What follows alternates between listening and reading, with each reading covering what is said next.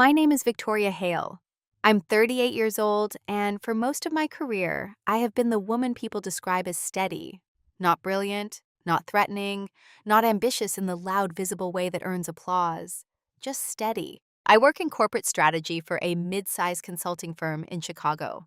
On paper, I'm experienced, reliable, a senior manager who has quietly delivered complex projects for over a decade. But if you had walked into our office 2 years ago and asked who held real influence, my name would not have surfaced quickly. I have a calm voice. I rarely interrupt. I take notes while others speak. I ask questions after meetings instead of during them. And for reasons I understand now, that combination allowed people to misread me. They thought my patience was passivity. They thought my silence was uncertainty. They thought my consistency meant I would never shift. Then something happened. I was gradually sidelined from a flagship initiative I had helped design. Meetings I used to lead became meetings I was invited to observe. Decisions I once influenced were made before I entered the room. There was no dramatic firing, no confrontation, just a slow repositioning, like furniture being moved quietly overnight. And eventually, I stopped being in the room at all. What followed wasn't a public battle. It wasn't revenge. There were no raised voices, no legal threats, no viral emails. What happened was quieter than that. I returned to the office after being sidelined and reclaimed my position, not through exposure, not through accusation, but through preparation. They underestimated my patience and my preparation. This is not a story about destroying anyone. It's about understanding leverage. It's about recognizing the role others assign you and deciding whether to accept it. It's about what happens when silence stops being a wound and becomes a strategy. Over the next hour, I'm going to walk you through what it feels like to become invisible in a room you helped build and how you quietly re-enter it on your own terms. No drama, just truth. Have you ever realized you were being underestimated and decided not to correct anyone right away? Before I was sidelined, before anyone quietly adjusted my chair out of the circle, I was the reliable one. That was the phrase. If a proposal needed polishing at midnight, I was reliable. If a client escalated concerns and someone needed to calmly de-escalate without drama, I was reliable. If a project timeline began slipping and someone needed to reorganize the chaos into something functional, I was reliable. Reliability is a compliment that slowly erases you. In meetings, I was the woman with the pen moving across paper, while others spoke over one another. I rarely fought for airtime. When I did speak, I was concise, sometimes too concise. I didn't perform with confidence. I demonstrated competence. And in rooms that reward performance, that distinction matters. The firm had grown quickly in 5 years. New partners, new energy, louder personalities, the kind of ambition that fills a room before the person does. I didn't change with it. I didn't feel the need to. When our biggest healthcare client signed a 3-year renewal contract, I was the one who had structured the operational roadmap behind it. I knew the bottlenecks in their procurement chain. I knew which VP responded to logic and which responded to ego. I had spent months building that understanding. But when the renewal announcement was celebrated in the conference room, my name was mentioned in passing. And of course, great support from Victoria's team. Support. It wasn't inaccurate. I did support. I supported everything. I was the scaffolding behind other people's visibility. No one was unkind to me. That's the part that's difficult to explain. There was no villain. No one openly dismissed me. They just adjusted their expectations of me into something smaller than what I actually was. When new hires joined, I was asked to mentor them. When internal conflicts surfaced, I was asked to mediate. When executives needed pre-meeting briefs, I prepared them. But when strategy was publicly debated, when visibility was on the line, when promotion tracks were quietly discussed over late dinners, I was not the first name invited. I told myself it was fine. I valued balance. I valued calm. I didn't need applause. That's what I said externally. Internally, something else was forming. I began noticing patterns. The same colleagues who asked for my analysis would rephrase it 5 minutes later as their own. The same executives who relied on my preparation would forget to CC me on follow-up decisions.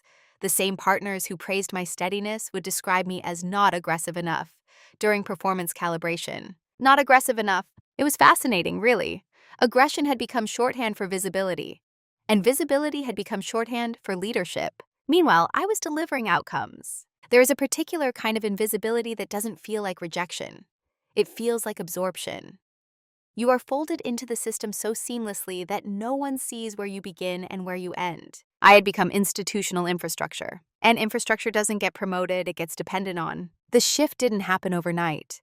It happened through language, through subtle reassignment of credit, through fewer invitations to early-stage discussions, through being told, "We'll loop you in later." Later rarely comes, but at the time I didn't resist. I believed competence would eventually assert itself, that consistency would speak. What I didn't understand yet was this: invisibility, when unchallenged, becomes identity, and I was very close to accepting it. The first real cut wasn't loud. It didn't involve an argument. It didn't even involve raised eyebrows. It happened on a Tuesday morning at 9:12 a.m. in Conference Room B, the one with the glass walls that made every meeting feel slightly performative. We were reviewing the expansion proposal for a regional hospital network. I had built the financial risk model myself. Weeks of analysis, scenario mapping, contingency layering. It wasn't glamorous work, but it was the spine of the entire strategy. Daniel, one of the newer partners, charismatic, confident, recently recruited from a competitor, was leading the meeting. He clicked to slide 14. My slide, except my name wasn't on it. "That's an elegant breakdown," the CFO from the client side said. "I like the tiered mitigation structure." Daniel nodded. We wanted to make sure the downside exposure was minimized before recommending scale. I sat there, pen in hand, heart beating slightly faster than usual. Not from anger, but from recognition. No one looked at me, not because they were avoiding me, because they didn't associate the work with me. The moment passed, the meeting continued. At minute 42, Daniel turned toward me casually. "Victoria, can you expand on the implementation timeline? Just high level." High level. The detailed modeling? His, the execution logistics? Mine. I explained the timeline calmly. I even clarified a risk threshold he hadn't fully understood. He nodded, as if I were confirming his thinking. When the meeting ended, several team members congratulated Daniel in the hallway. Great framing, strong positioning. Client seemed impressed. One of the junior analysts, Emily, walked beside me. "That risk model was intense. You must have spent forever on that." "I did," I said lightly. She hesitated.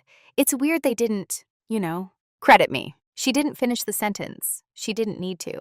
I smiled. "It's fine." And at the time, I believed that. Because this is how subtle displacement works.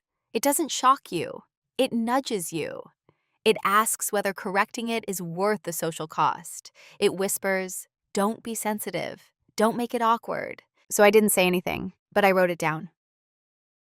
That night, in my black leather notebook, I documented the meeting. Date, time, slide number, language used. Not as ammunition, as clarity, because something inside me shifted in that conference room. Not rage, not humiliation, just awareness. This wasn't oversight, it was pattern formation. Daniel hadn't stolen the model maliciously. He had absorbed it naturally, because I had made it easy to absorb. I had never insisted on authorship.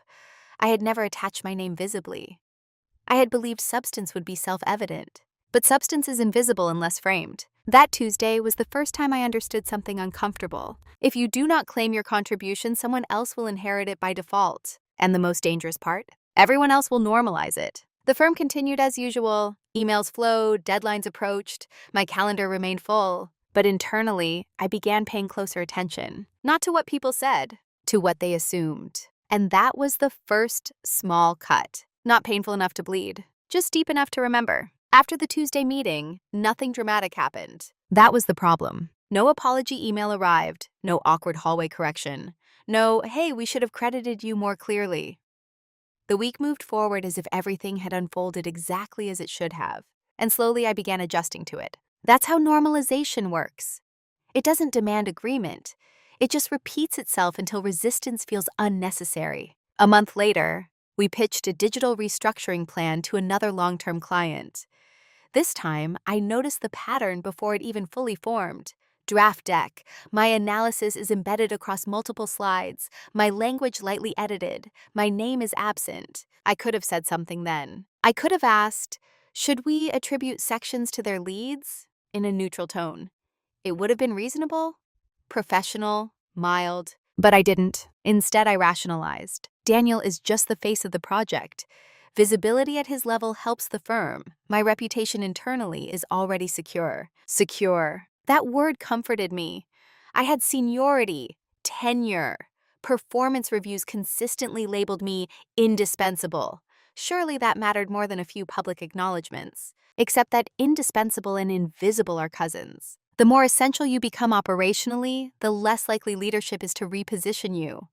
You are too valuable where you are. One afternoon, during quarterly calibration, I overheard part of a conversation I wasn't meant to hear. Not intentionally, just proximity and a partially open door. "She's excellent," someone said. "Yes, but does she drive the room?" another replied. "She's steady. We need someone more forceful at the next level." At forceful. The word stayed with me longer than it should have. Was I not forceful, or had I chosen not to perform force? There's a difference. Forcefulness is often volume dressed as conviction. I had never confused the two. I believed influence could be quiet. I still do. But quiet influence only works when others recognize it, and mine was being quietly redistributed. I began noticing smaller things. Emails summarizing meetings I had effectively steered, sent by someone else. Client calls I had stabilized, referenced later as team efforts led by whoever spoke last. New hires were directed toward Daniel for strategic mentorship. Even though I trained them daily, each moment alone was harmless. Together they formed erosion. The dangerous part was my internal dialogue. I told myself, "You're above this. Don't be petty. Results matter more than recognition." And for a while that was true. Results did matter. Clients trusted me. My inbox reflected it. My calendar proved it. But inside the firm's evolving power structure, narrative was overtaking substance. Leadership wasn't just about output. It was about perceived authorship. And authorship requires presence. One evening, as I packed my bag, Emily lingered by my desk again. "Can I ask you something?" she said quietly. "Of course." "Why don't you push back more in meetings? You always have the best answer, but you wait." I paused. I prefer timing over interruption," I replied. She nodded slowly. "I just don't want them to forget." I smiled gently. "They won't. But the truth? They already were. Not forgetting my competence. Forgetting my ownership. There's a moment when you realize disrespect isn't explosive. It's procedural. It becomes embedded in how decisions flow. Who speaks first? In whose name appears on the slides? In terms of who is looped in versus who initiates. And the longer you tolerate it, the more it becomes the version of you everyone accepts. By the end of that quarter, I wasn't angry. I was studying, because I had begun to understand something subtle but critical. If disrespect becomes normal, reclaiming space requires more than speaking up. It requires repositioning the system itself, and I was almost ready to decide whether I would. There's a quiet moment in every professional environment when your role stops being defined by your title and starts being defined by expectation. I didn't notice exactly when it happened. I just realized one day that I had become the stabilizer, not the architect, not the face, not the decision maker in the room, the stabilizer. If tension rose, I softened it. If timelines slipped, I recalibrated them. If a client grew impatient, I absorbed the impatience and translated it into process. I was the person people trusted to handle it. And trust feels like respect until you examine its boundaries. During an internal planning retreat, roles were casually discussed around a long oak table, not formally assigned, just implied. Daniel can spearhead the new growth vertical. Lena's great for external positioning. Mark should take point on investor relations. Then someone said almost affectionately, "Victoria keeps everything running. She's our backbone." Backbone. Everyone nodded. Backbones don't get the spotlight.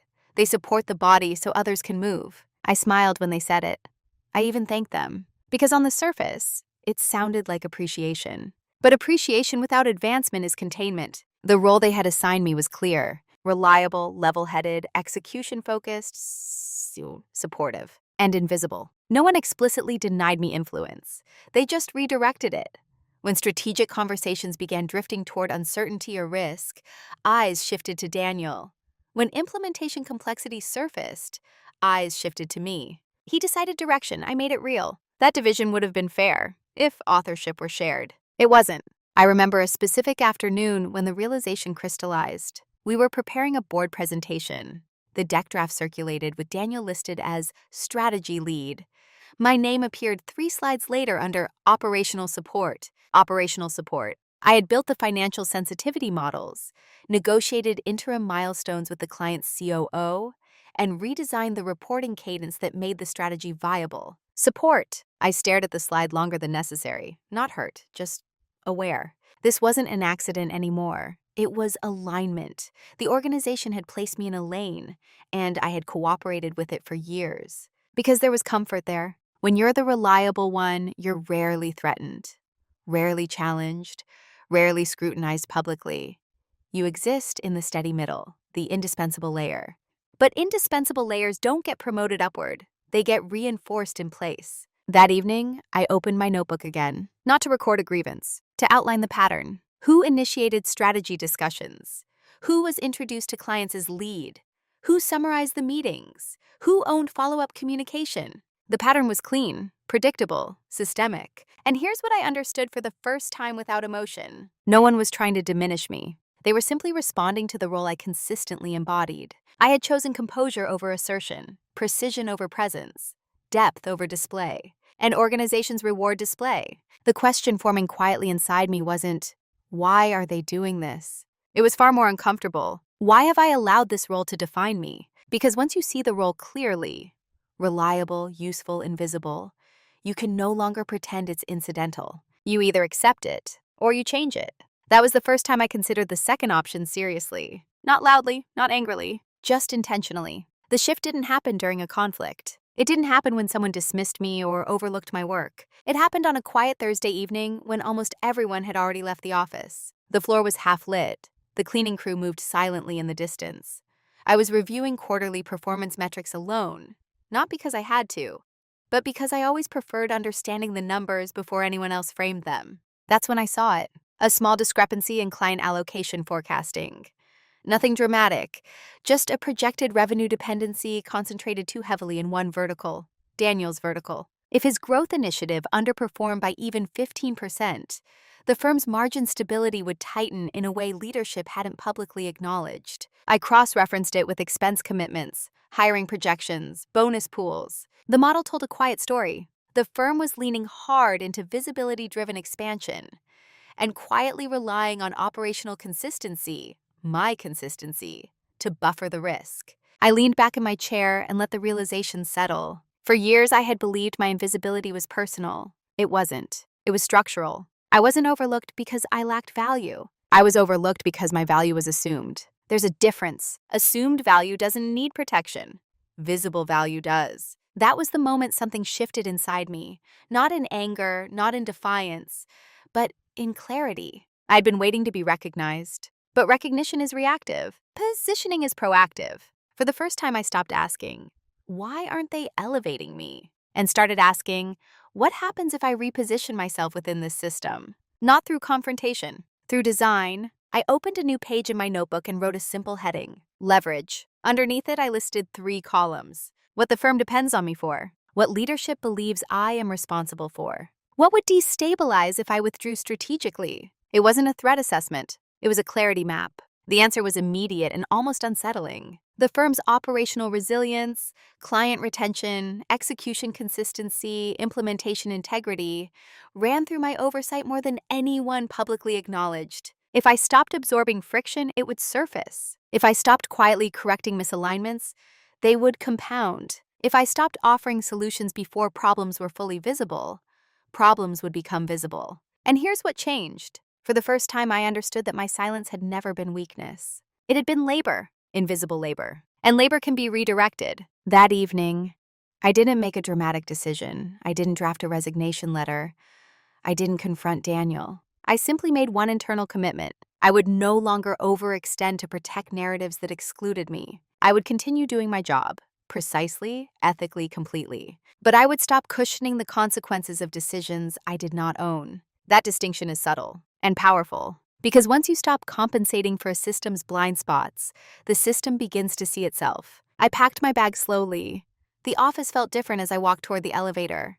Not hostile, not tense, just clear. I wasn't angry anymore. I was alert. And when clarity replaces frustration, strategy begins. That Thursday wasn't the day I reclaimed anything. It was the day I stopped trying to be indispensable and started becoming intentional. And once that shift happens, everything that follows becomes a choice. After that Thursday, nothing about my behavior appeared to change. I still arrived early.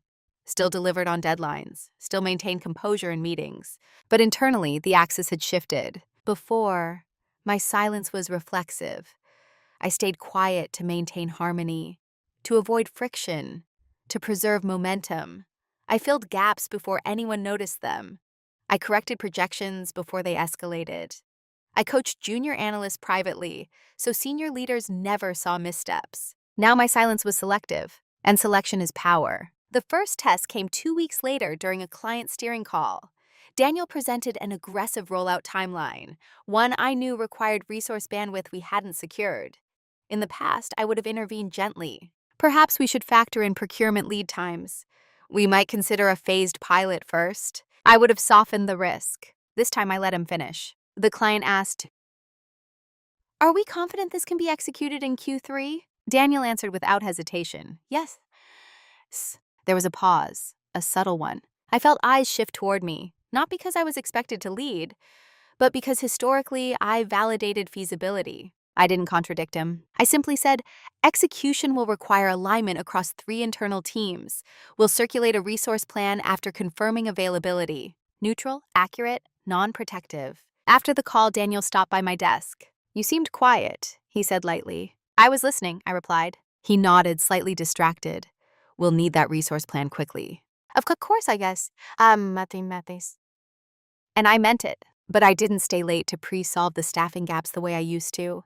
I sent requests to department leads instead of quietly negotiating capacity behind the scenes. I documented dependencies instead of informally smoothing them. Silence, when intentional, reveals weight distribution. Within a month, minor frictions began surfacing in leadership meetings. Why are we short on analytics bandwidth? Who confirmed implementation staffing? Was the procurement timeline reviewed? Nothing catastrophic, just small cracks. Previously, those cracks would have been invisible because I sealed them preemptively. Now they were visible. And something interesting happened. No one accused me. Instead, they began asking more questions up front. Meetings slowed slightly. Assumptions were tested instead of being assumed. Daniel subtly began glancing toward me earlier in discussion, not for validation after he spoke, but before. He couldn't quite articulate the shift. Neither could anyone else. They only sensed that the system no longer self-corrected invisibly. Meanwhile, I continued documenting. Not mistakes. Patterns. Who relied on informal assurances? Who avoided written confirmation? Which projections lacked contingency buffers? Silence gave me observational distance. And with distance comes perspective. I began to see that my previous overfunctioning had protected more than projects. It had protected reputations. It had shielded decision-makers from the consequences of speed without structure. By withdrawing that cushion, ethically, transparently,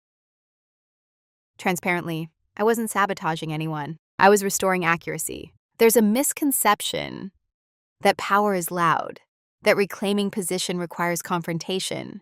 But sometimes power is simply refusing to overcompensate. One afternoon, Emily approached me again. "Things feel different lately," she said quietly. "In what way?" "More accountable. People double-check before committing." I closed my notebook gently. "That's not a bad thing," I said. She studied me for a moment.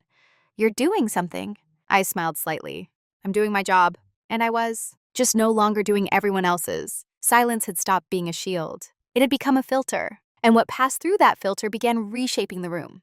Slowly, almost imperceptibly. The system wasn't collapsing. It was recalibrating. And they still believed I was simply being steady. They hadn't yet realized that steadiness can be directional. What they never noticed was that I had stopped reacting and started preparing. From the outside, I remained the same. Same calm tone, same measured input, same composed presence in meetings. If anything, I seemed even more cooperative because I no longer interrupted momentum with cautionary details. But preparation is quite a work, and quiet work compounds. The first thing I did was map influence. Not titles, not hierarchy, influence. Who actually moved decisions forward? Who delayed them? Who translated executive ambition into operational reality? I realized something critical. While Daniel was highly visible, his initiatives were heavily dependent on 3 invisible channels: client trust, implementation continuity, and internal cross-team goodwill. All 3 ran through me more than anyone openly acknowledged. For years, I had built direct relationships with mid-level client operators, the people who actually implemented our recommendations. They didn't call Daniel when something broke. They called me. I had never leveraged that access. I treated it as a responsibility, not currency. That changed. I began strengthening those relationships deliberately, not by undermining anyone, but by deepening clarity. When clients called with concerns, I asked sharper questions. When implementation friction surfaced, I documented structural bottlenecks. When small wins occurred, I ensured the client's internal leaders were looped in, with my name clearly attached to the resolution. Not aggressively, just transparently. I also began reviewing contract language more carefully. Renewal clauses, performance-based incentives, scope expansions tied to delivery milestones. I knew our financial architecture well, but now I studied it strategically. Where did revenue risk accumulate? Which relationships were personally tied to which partner?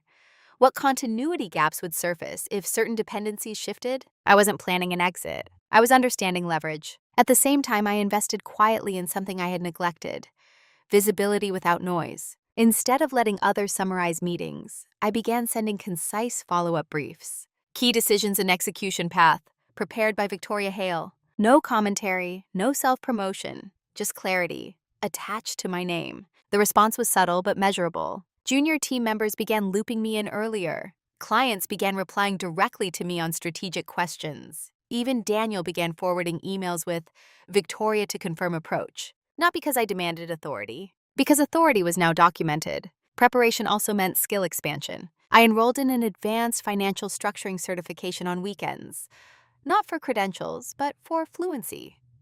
If strategic positioning conversations were happening at a higher financial abstraction, I would meet them there. No announcement, no LinkedIn update, just competence widening. And here's what they never noticed. While they were measuring performance quarterly, I was measuring narrative control. In executive briefings, I began asking one additional question per meeting, always forward-looking. What's our margin tolerance if implementation extends 60 days? How does this growth model impact cross-vertical staffing stability? Not confrontational, just structural. Gradually, something shifted in tone. Leadership meetings slowed when I spoke. Not because I spoke often, but because when I did, it introduced consequence modeling. And consequence modeling is difficult to ignore. The most important preparation, however, was internal. I stopped needing them to recognize my value emotionally. That detachment created precision. When you are no longer seeking validation, your decisions become cleaner. There was one specific afternoon that confirmed everything.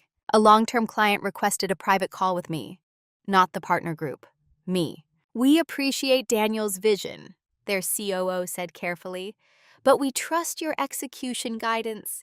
If there's any structural risk we should be aware of, we'd prefer transparency." That sentence was not an opportunity to undermine. It was confirmation. I responded calmly, outlining realistic implementation pacing and resource constraints.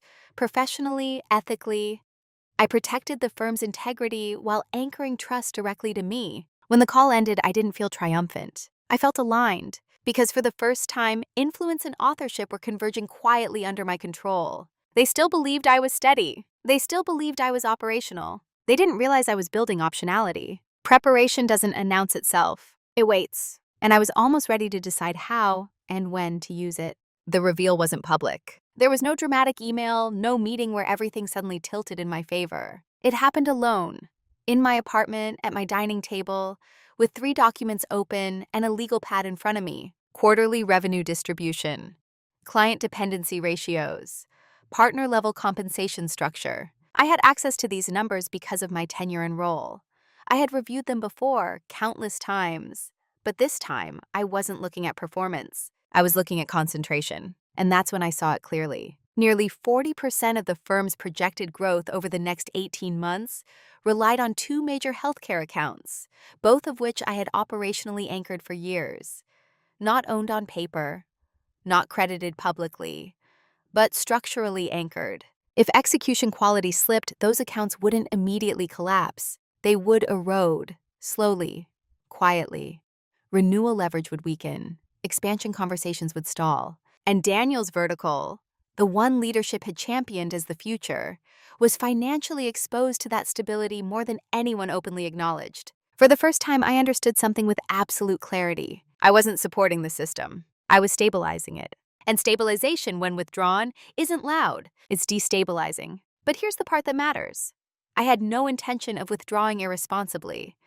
That would violate everything I believe in. Instead, the leverage revealed itself in a different form. Optionality. I mapped 3 potential paths. Stay in my current lane and continue allowing narrative displacement. Escalate concerns directly to senior leadership and risk being labeled reactive. Reposition myself formally, not by arguing for recognition, but by redefining my structural role. The third option required precision, because here's what I understood that night. The firm believed Daniel was driving growth, but the clients trusted me for continuity. Growth without continuity is fragile. Continuity with growth is powerful. If I formalized that integration, if I became the bridge between strategic expansion and operational integrity, I wouldn't be asking for promotion. I would be redefining the architecture. And architecture is difficult to dismiss. The private reveal wasn't that I had power over anyone. It was that the system had a blind spot. Leadership had separated vision from execution, assuming execution would follow. But execution had a name, mine. I ran scenario modeling late into the night.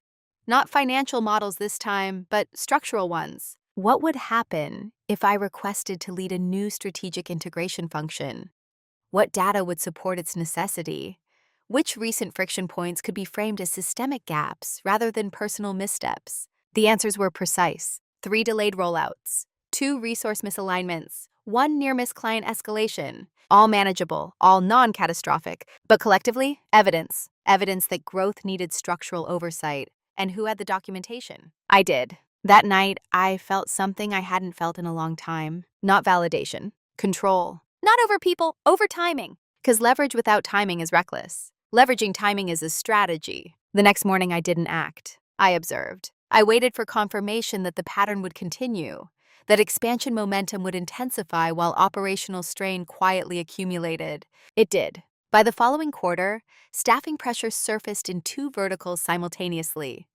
Nothing dramatic, just enough to create executive discomfort. That's when I knew. The reveal wasn't something I would announce. It was something I would present, calmly, structurally, undeniably, not as criticism, as a solution. And the most powerful part? They still believed I was simply doing my job. They had no idea I now understood the full weight of it. And once you see the system clearly, you can never unsee it. The question was no longer whether I had leverage. It was whether I was ready to use it, irreversibly. Every strategic shift has a point of no return. Not dramatic, not cinematic.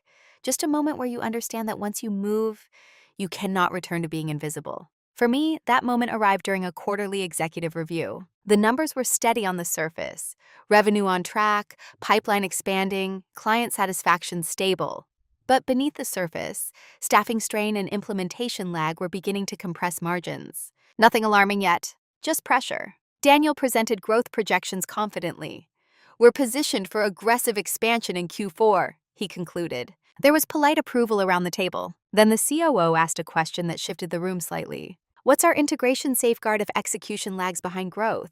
Silence. Not uncomfortable, just open. In the past, I would have answered reflexively. A brief assurance, a promise of internal coordination, a quick stabilizing comment to keep momentum intact. This time, I let the silence breathe for 3 full seconds. Then I spoke. Currently, there isn't a formal integration safeguard. Execution alignment relies on cross-team coordination, but it's informal. No accusation, just structure. The COO leaned forward. So what would formalization look like? There it was. The door! I had 3 options at that moment. Option 1, deflect. Reassure them that informal coordination was sufficient. Option 2, subtly critique existing leadership and position myself as a corrective force. Option 3, present a structural solution that elevated the system, and, by necessity, my role within it. I chose the third. We would need a strategic integration function, I said calmly. A role that bridges expansion planning with operational capacity modeling, real-time visibility into staffing bandwidth, implementation pacing, and margin tolerance. The room grew still, not tense, but attentive. Daniel glanced at me, expression neutral but alert. And who would lead that? The COO asked. I met his gaze evenly. Someone with cross-vertical execution oversight and long-term client continuity insight. I didn't say my name. I didn't need to. The evidence was already documented in prior reports, the follow-up briefs, the implementation summaries, the friction analyses I had circulated over the last few months. The proposal wasn't personal, it was structural inevitability. That meeting ended without a decision, but something had shifted. For the first time, I wasn't reacting to marginalization. I was architecting relevance. Later that afternoon, the CEO asked me to stay behind. "You've been thinking about this for a while," he said. "Yes. Why bring it up now?" "Because the system is ready to see it." But I answered simply, "Because the pressure points are beginning to surface. If we wait until they escalate, it becomes reactive." He studied me carefully. "And you'd want to lead this function." It wasn't a question. "Yes," I said. No defensiveness, no apology. Just alignment. That was the irreversible moment. Because once you state your structural value clearly, you can no longer retreat into invisibility. If they rejected the proposal, I would know my ceiling. If they accepted it, the architecture would change. Either outcome required courage. But silence without strategy is surrender. And I had already moved beyond surrender. Walking back to my desk, I felt something steady and unfamiliar. Not anxiety. Not triumph. Finality. The decision had been made. Not to fight, but to redefine. And once you redefine your role within a system, the system must respond. The consequences were about to begin. After that executive review, I didn't campaign. I didn't schedule side conversations to build political support. I didn't try to persuade colleagues to advocate for me. I didn't even mention the proposal again. That was deliberate. If the strategic integration function were truly necessary, the data would make it unavoidable.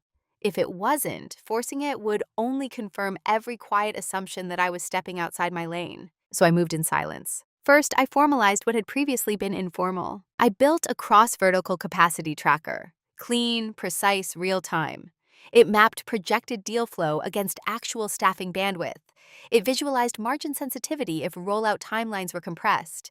It highlighted friction before it became visible in client escalations. I didn't label it as a new function. I simply circulated it. Subject line, Q4 Integration Capacity Overview, prepared by Victoria Hale. No commentary, just clarity. Within days, the tracker was being referenced in internal discussions. According to Victoria's model, let's validate against the integration sheet. The language shifted subtly. Second, I began routing implementation approvals through written checkpoints. Not bureaucratic, structured. Before committing to aggressive timelines, teams now had to confirm resource allocation in writing.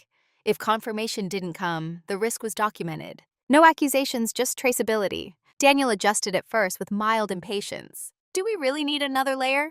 he asked one afternoon. "It's not another layer," I replied calmly. "It's alignment." He studied the dashboard on his screen. "It's slowing momentum." "It's protecting it." There was no argument after that, because the numbers supported the need. Third, and most quietly, I strengthened client-facing continuity. I scheduled quarterly operational alignment calls with key accounts, positioning them as proactive risk reviews. Clients appreciated it. It made the firm look disciplined, strategic, mature. What leadership didn't initially notice was that those calls deepened my authorship of execution. Clients began copying me directly when discussing renewal expansions. They asked for my assessment before approving aggressive scaling, not because I asked them to, because I had positioned myself as the stabilizing lens. Meanwhile, I said nothing publicly about the proposed strategic integration role. Weeks passed. The cracks became data points. 2 rollout delays were traced back to staffing mismatches that the dashboard had flagged early. 1 margin compression scenario aligned almost exactly with my projection. Still no crisis, just pattern confirmation. One afternoon, I received a short email from the CEO.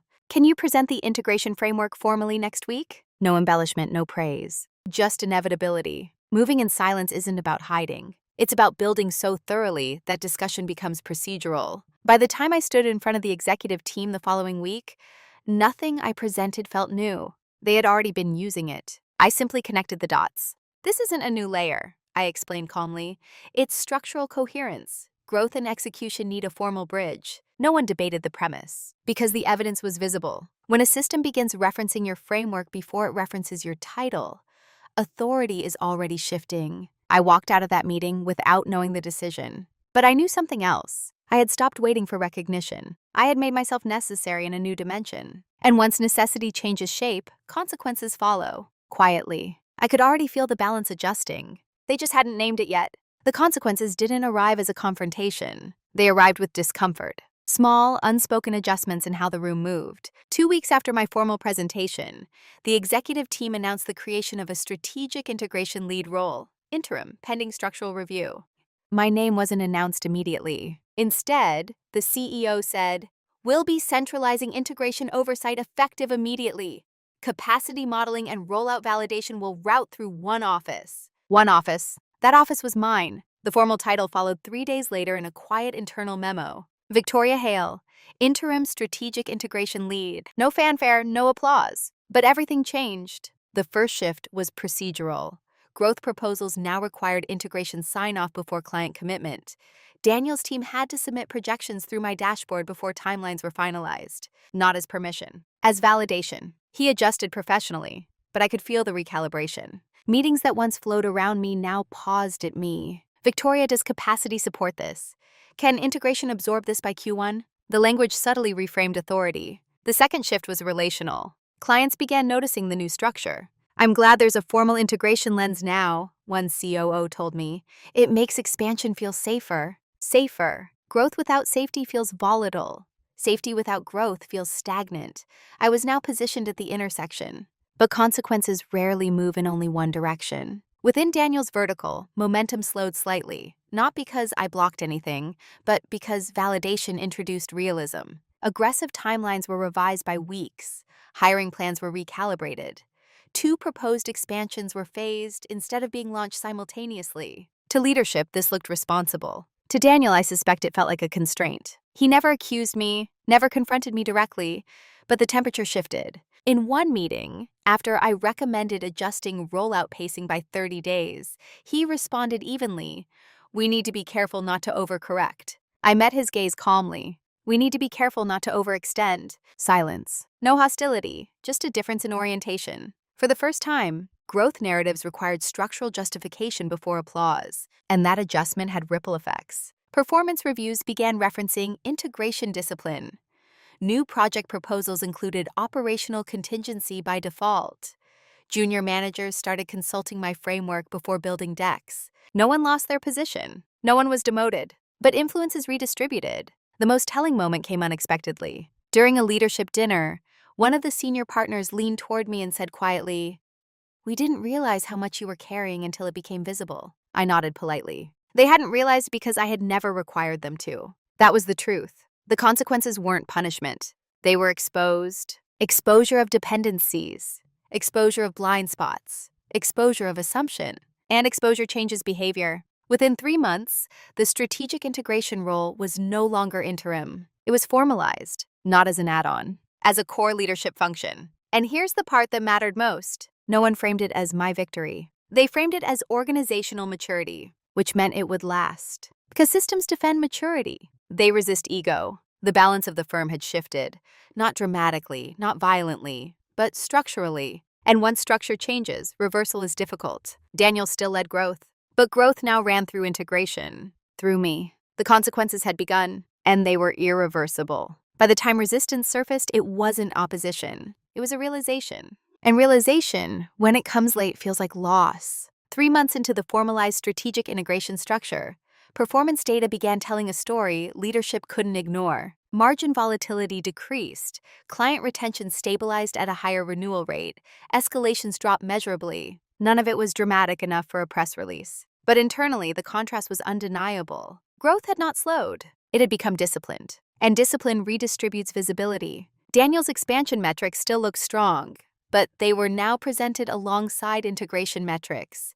Pacing accuracy, staffing stability, execution fidelity. 2 dashboards instead of 1. 2 narratives instead of 1. And the second narrative carried my name. I noticed the shift most clearly during a board prep session. Daniel began outlining projected vertical growth when the CFO interrupted gently. "Can we review integration exposure before confirming those targets?" That question would not have been asked 6 months earlier. It wasn't his skepticism of him. It was structural conditioning. The system had recalibrated. After the meeting, Daniel approached me in the hallway. "This integration lens is becoming central," he said carefully. "It needs to be," I replied evenly. "We're scaling." He nodded once, then added, "It's changing how we operate." "Yes," I said. That was the point I need. There was no accusation in his tone, just awareness, and perhaps something else. Recognition that momentum now required collaboration rather than assumption. What made it too late to reverse wasn't authority, it was an adoption. Junior managers were trained on integration modeling during onboarding. Client proposals referenced structural alignment automatically. Quarterly reviews included integration oversight as a standing agenda item. It had become embedded. You can argue with a person. You cannot easily argue with a process once it proves effective. I sensed subtle attempts to recalibrate influence.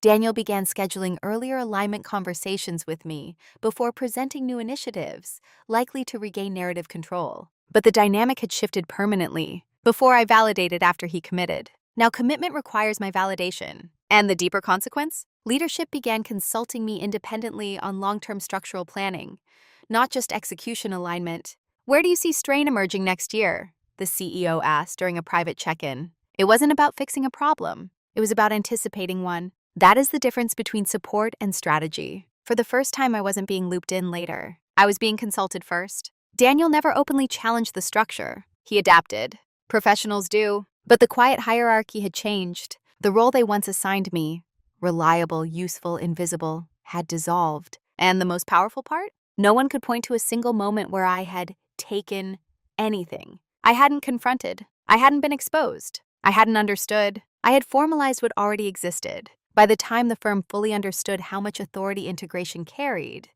it was inseparable from stability. Too late to fix? Not because something was broken, but because the system had evolved. And evolution, once proven beneficial, rarely reverses. I didn't feel triumphant. I felt settled. Because what I reclaimed wasn't the spotlight. It was authorship. And authorship changes everything. Quietly. The confrontation, when it finally came, was private. Not explosive, not emotional, just overdue. Daniel asked me to join him in one of the smaller conference rooms, the kind without glass walls. Neutral territory. He closed the door gently and leaned back against the table instead of sitting. I want to understand something, he began. His tone wasn't defensive, it was measured. Of course, and I said, "Ma." He studied me for a moment. You've always been steady, supportive, and now, he paused. Now the structure runs through you. I didn't respond immediately. Silence, when calm, invites clarity. I'm not questioning the need, he continued. Integration has strengthened the firm, but I didn't see it coming. That was honest. I didn't announce it, I replied. A faint smile crossed his face. No, you didn't. He moved to sit across from me. For a while, he said carefully. I thought you weren't interested in leading at this level. You never pushed. There it was. The assumption. I wasn't interested in pushing, I said evenly. I was interested in building. He nodded slowly. I see that now. The room remained quiet, not tense, not hostile, just reflective. I need to ask, he added. Did you feel sidelined before this? It wasn't an accusation. It was a late curiosity. Yes, I said. No dramatics, no recounting of past meetings, no list of overlooked slides. Just the truth. He absorbed that. I didn't intend that, he said. I know. And I meant it. Intent and impact are rarely identical in corporate systems. We had both been operating within assumptions. His assumption was that visibility equaled leadership. Mine was that competence would eventually assert itself. We were both partially wrong. I relied on you, he said finally. Probably more than I realized. Yes, I replied gently. You did. That wasn't the blame. It was an acknowledgement. He exhaled. I should have shared authorship more clearly. I held his gaze. Yes, I said again. Not sharp, not bitter, just accurate. There was no apology ceremony, no handshake resolution. Instead, something subtler occurred, or respect recalibrated. Going forward, he said, I'd prefer we build expansion together, not sequentially. It's the only way it works, I replied. And that was true. Integration wasn't designed to constrain growth. It was designed to anchor it. The conversation ended without raised voices, without emotional release, without triumph. As we walked back into the hallway, nothing outwardly dramatic had changed, but something internally had settled, not between us, within me. Because confrontation without heat is different from silence with resentment. I wasn't seeking validation anymore. I wasn't correcting the past. I was aligning the present. And alignment doesn't require dominance. It requires clarity. When I returned to my desk, I opened my notebook one more time and wrote a single line. Respect when delayed is still usable. Then I closed it. The story wasn't about defeating anyone. It was about refusing to remain undefined. And that part was complete. I'm still steady. That hasn't changed. I still take notes in meetings. I still speak less than most. I still prefer structure over spectacle. But I'm no longer invisible. And the difference isn't volume, it's authorship. When I walk into the office now, people don't shift chairs to accommodate me. They pause to include me. Integration isn't an afterthought layered onto growth. It's the first lens applied before growth is approved. My role isn't louder, it's earlier. I used to enter conversations after decisions were made. Now I enter before commitments are declared. That subtle repositioning has changed everything. I am no longer the backbone. I am part of the architecture, and architecture carries authorship. What's most interesting is that I don't feel triumphant. I don't replay the months of preparation as a victory montage. I don't measure my worth against Daniel or anyone else, because this was never about him. It was about me accepting that invisibility had been a role I participated in. I mistook quiet for self-erasure. I mistook patience for postponement. I mistook competence for inevitability. But nothing is inevitable without framing. Today, when junior managers ask for advice, I tell them something I wish I had understood earlier. Being reliable is powerful, but being recognizable is necessary. Recognition doesn't require aggression. It requires clarity. I still mentor Emily. She was promoted last quarter. In her review, she was described as strategically vocal. She smiled when she told me. "I learned timing from you," she said. That meant more to me than any title. The strategic integration role is now permanent. It sits on the leadership org chart. It has budget authority. It shapes expansion pacing. It influences hiring strategy. But the real shift wasn't the title. It was internal. I no longer wait for rooms to see me. I design rooms that require me. That's a different kind of presence, and there's no bitterness attached to it. Daniel and I work closely now. Growth and integration have become collaborative rather than sequential. There's mutual respect. Not because I demanded it, but because I demonstrated inevitability. That's what quiet dominance actually is. Not intimidation, not control, not revenge. Its alignment is so precise that the system reorganizes around it. When I look back at the woman who sat silently while her work was absorbed into someone else's narrative, I don't feel anger. I feel compassion. She believed that if she worked hard enough, clarity would eventually surface on its own. It doesn't. Clarity must be framed. And now I frame it. Not loudly. Not aggressively, but unmistakably. I returned to the office after being sidelined and reclaimed my position, not by fighting for space, but by becoming structurally indispensable in a new way. And that distinction has changed who I am. Quiet, visible, aligned, and finally defined. If you've listened this far, you might be expecting a dramatic ending. A resignation, a public reckoning, a triumphant speech. There wasn't one. There was no explosion, only evolution. What I learned is this. Most professional sidelining isn't loud. It's incremental. It happens through assumptions, through narrative drift, through the quiet reassignment of authorship. And most people respond in one of two ways. They either react emotionally or they withdraw completely. I did neither. I observed. I prepared. They underestimated my patience and my preparation. But patience alone would have kept me invisible. Preparation alone would have made me capable but unrecognized. It was the combination, timed, intentional, structured, that changed everything. Here's the truth that took me years to accept. If you consistently protect a system from feeling the weight of its own blind spots, it will never see you clearly. I wasn't overlooked because I lacked value. I was overlooked because I absorbed too much impact. The moment I stopped cushioning decisions I didn't own, ethically, calmly, without sabotage, visibility emerged naturally. Not because I demanded it, but because the structure required it. This isn't a story about revenge. It's a story about authorship, about understanding where you are structurally essential and deciding whether you want to remain invisible in that role or redefine it. Quiet dominance isn't about overpowering people. It's about positioning yourself so precisely that the system reorganizes around your clarity. If you're in a room right now where you feel underestimated, ask yourself, are you being ignored? Or are you being relied on without recognition? And if it's the second, what would happen if you stopped overcompensating and started documenting? I'd genuinely like to know. Have you ever realized your silence was protecting a system that didn't fully see you? And what changed when you decided to reposition yourself? Tell me in the comments. I read them quietly. Cảm ơn bạn đã theo dõi. Hãy bấm đăng ký và bật chuông để luôn cập nhật nội dung mới.